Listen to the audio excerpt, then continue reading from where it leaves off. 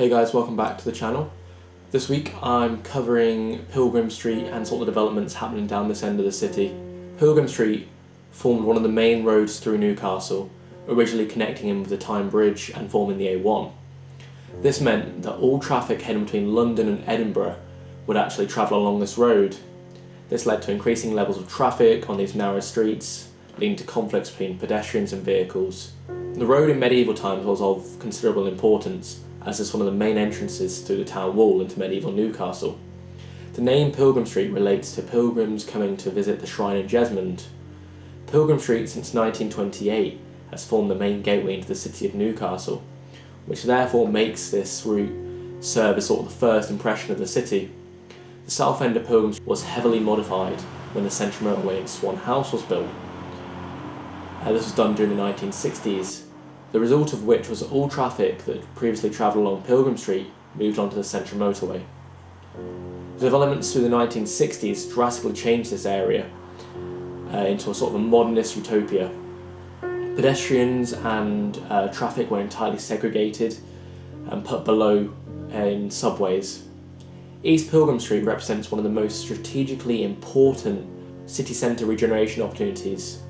The overall area covers 17 hectares, many listed buildings, historic street patterns, and areas of archaeological significance.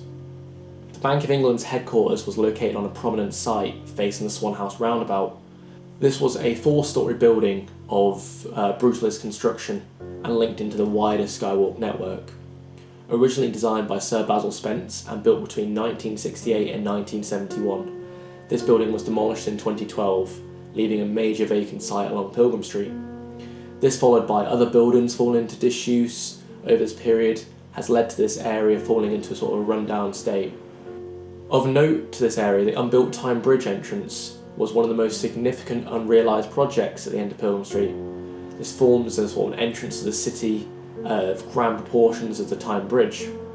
Robert Burns Dick, who also designed the towers of the Tyne Bridge, envisaged a sort of triumphal entrance arch complex into Newcastle. This was also doubled as a civic centre. This grand entrance would have stood in front of the existing railway crossing of the Tyne Bridge and adjacent to the All Saints Church. However, whether this project was anything more than an idea is actually unclear. This project was never built, and the main gateway into Newcastle remained sort of the existing historic street pattern. The historic street pattern obviously was lost during the 1960s and the development of the central motorway.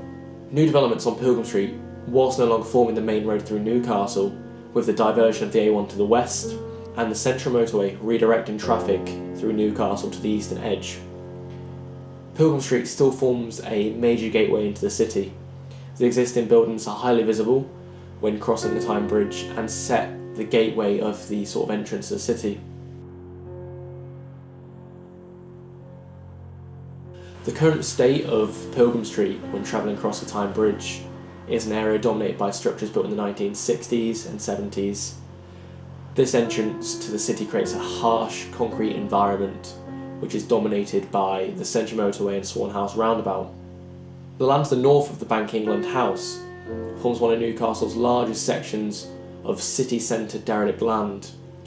The former police and fire station on Pilgrim Street also lies vacant, as well as Commercial Union House at the northern end of Pilgrim Street.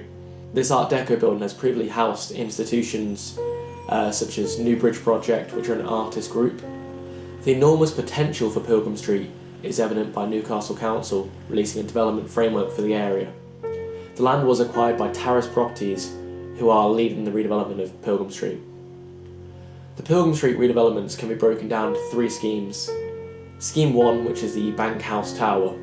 Phase 1 of the regeneration site will deliver Bank House, a 120,000 square foot, 14-storey Grade A speculative office building. This development will be ready for occupation in Q2 2022. Scheme 2 is Pilgrim Place and the Old Fire Station. The second part of the scheme is split between 2 planning applications. The first is for the remainder of the site surrounding Bank House Tower. This is to develop a car park for 350 spaces in a similar arrangement to the existing NCP car park.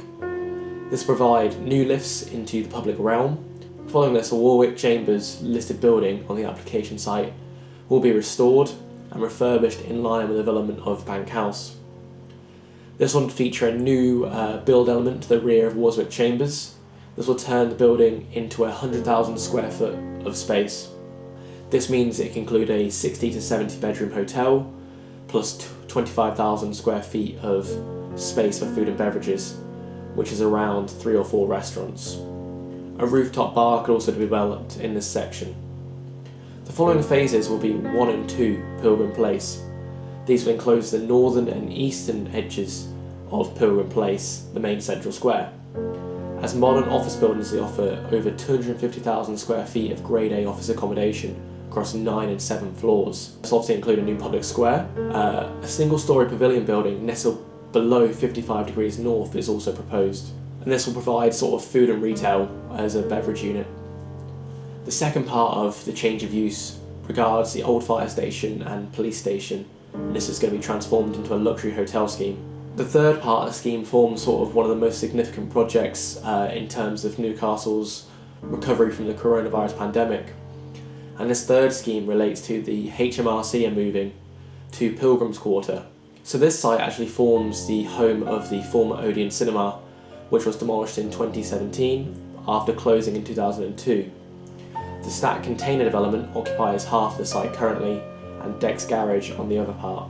Both will close to facilitate this development. This will relocate HMRC from their Long Benton and Washington campuses into this new campus within the city centre. This will see 9,000 employees move within the site. Full details of the scheme are yet to be announced, as planning has not actually yet been submitted for the scheme, but this is being led by Ryder Architecture. Why the scheme is sort of worth mentioning in regards to Pilgrim Street are the Cuthbert House, located adjacent to the Swan House roundabout. This was obviously previously used as an office building as part of the All Saints office development, which was constructed during the 1960s.